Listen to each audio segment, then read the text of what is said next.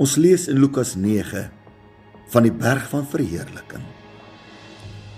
Terwyl Jesus besig was om te bid, sê die Bybel het sy voorkoms anders geword. Matteus 17 sê, sy gesig het geblink, soos die heerlikheid van God op hom gekom het. Terwyl Moses en Elia met hom gepraat het, oor sy lyding wat voorlê, het die Here in sy heerlikheid Jesus besoek. Hierdie besoeke van heerlikheid het ons nodig wanneer ons deur diep krisisse gaan. Van tyd tot tyd in ons lewe het ons nodig dat God se heerlikheid oor ons sal kom en ook ons aangesig sal anders word. Want sy heerlikheid bring 'n verandering, 'n vernuwing, 'n bekragtiging aan die binnekant van die mens. Gewone mense soos ons kan ook God se heerlikheid beleef.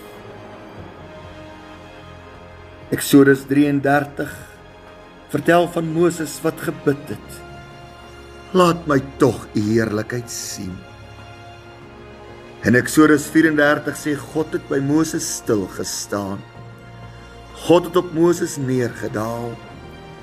En net soos met Jesus het Moses sy gesig geblink.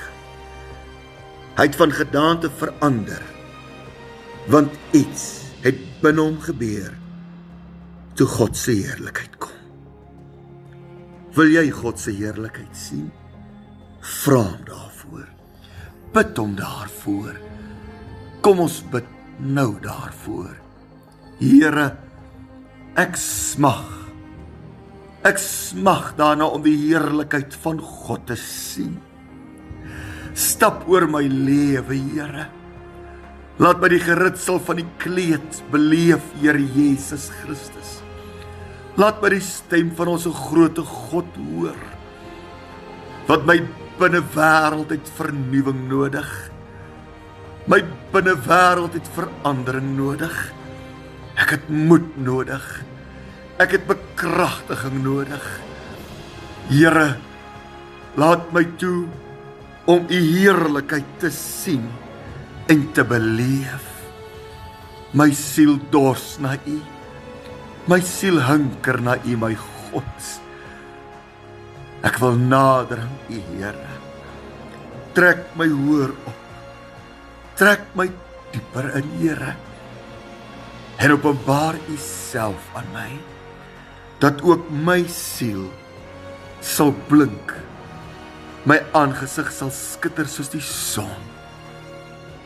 Laat my die heerlikheid sien.